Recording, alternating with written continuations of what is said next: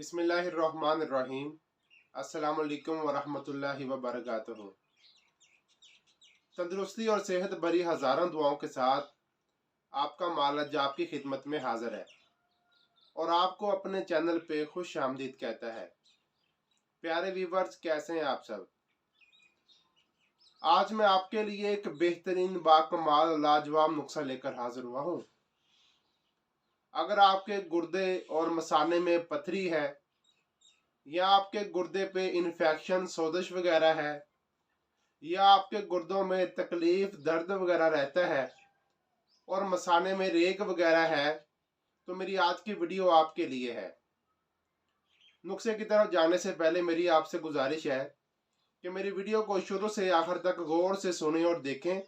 और अगर आप हमारे चैनल पर नए हैं तो मेरे चैनल को सब्सक्राइब कर लें, वीडियो को लाइक कर लें और बेल आइकन को ऑल पे कर लें ताकि मेरी हर नई आने वाली वीडियो आप तक बआसानी पहुंच सके। तो चलते हैं आज के नुस्खे की तरफ। बिस्मिल्लाहिर्रहमानिर्रहीम। तो मेरे प्यारे व्यूवर्स, इस नुस्खे में सबसे पहले ये संगे सुरमाई जाएगा। इसके वज़न की क्वांटिटी मैं आपको मेंशन कर दूंगा अंदर ही, ठीक है।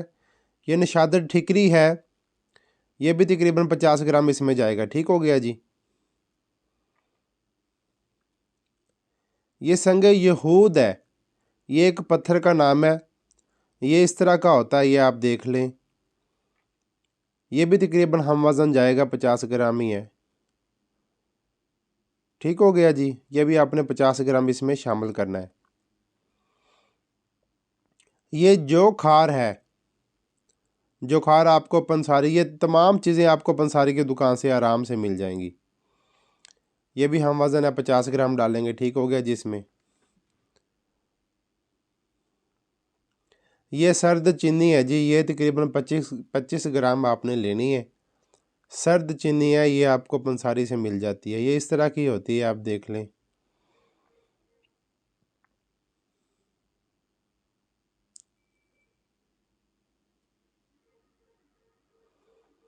ये कलमी शोरा है जी।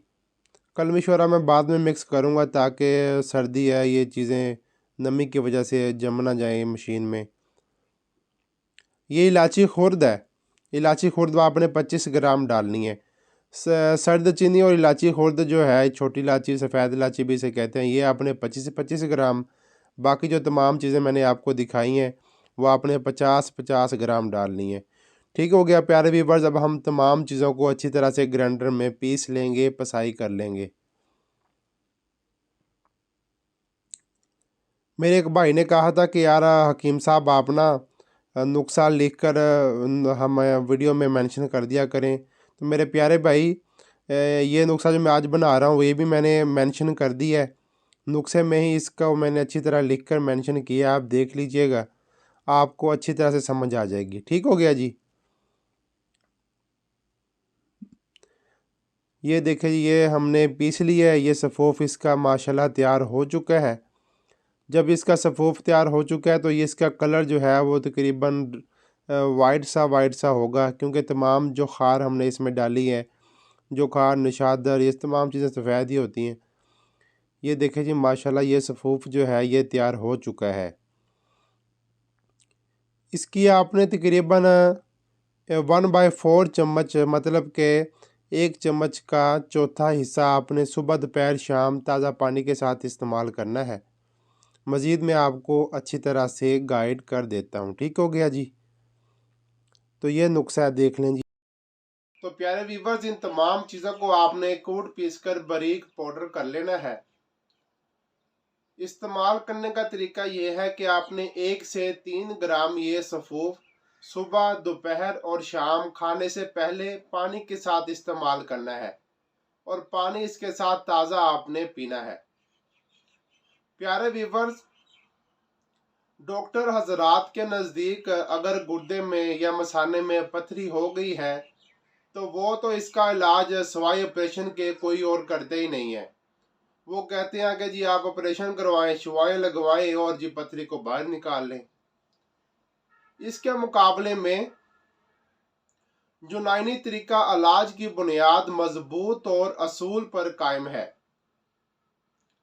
अगर गुर्दे मसाने में पथरी पैदा हो गई है या रेग पैदा हो गई है तो उसको बाहर निकालने का जो यूनानी तरीका है कि वो आप ये अक्सीर इस्तेमाल करें जिस तरह मैंने आपको बताई है। इंशाल्लाह पथरी रेजा रेजा होकर बाहर निकल जाएगी। अगर गुर्दे और मसाने में रेग वगैरह है तो वो भी इंशाल्लाह बह जाएगी, आहिस्ता आहिस्ता वो भी खारिज हो जाएगी। जो पथरी और रेग की वजह से दर्द का दौरा पड़ता है, दर्द होता है, बहुत ज्यादा तकलीफ होती है, वो भी इंशाल्लाह पथरी खारिज होने से खत्म हो जाएगा और दोबारा कभी भी नहीं होगा। अगर आपके गुर्दे या मसाने में पथरी वगैरह है और आप इलाज करवा करवा कर तंग आ चुके हैं और पथरी खत्म होने का नाम नहीं ले रही, तो मेरी आपसे गुजारिश है कि आप ये हमारा नुस्खा इस्तेमाल करें। इंशाल्लाह बफजले खुदा 15 से 20 दिन का इलाज है, आप इस्तेमाल करें। इंशाल्लाह आपकी पथरी गुर्दे में हो या मसाने में हो, गुर्दे में तकलीफ और चूब वगैरह पड़ती हो तो वो भी इंशाल्लाह खत्म हो जाएगी। तो प्यारे व्यूअर्स, इसके साथ आपने परहेज थोड़ा सा लाजमी करना है कि आपने बड़ा गोश्त चावल वगैरह बिल्कुल नहीं इस्तेमाल करने, क्योंकि ये वायुबादी होते हैं जिनकी वजह से तकलीफ और पथरी वगैरह ज़्यादा हो जाती है। तो ये मेरी आज की रेमेडी थी, उम्मीद करता हूँ आपको पसंद आई होगी। तो प्यारे व्यूअर, इसको बनाएं, आजमाएं और मुझ ना चीज़ को अपनी दुआओं में याद रखें। और मेरी आज की वीडियो अगर आपको पसंद आए तो मेरे चैनल को सब्सक्राइब कीजिएगा, वीडियो को लाइक कीजिएगा और बेल आइकन को ऑल पे कर दीजिएगा ताकि मेरी हर आने वाली वीडियो आप तक बआसानी पहुंच सके। इंशाल्लाह दोबारा मुलाकात होगी एक नई वीडियो में एक नए नुस्खे के साथ। तब तक के लिए अपना बहुत ख्याल रखिएगा। अल्लाह हाफिज़।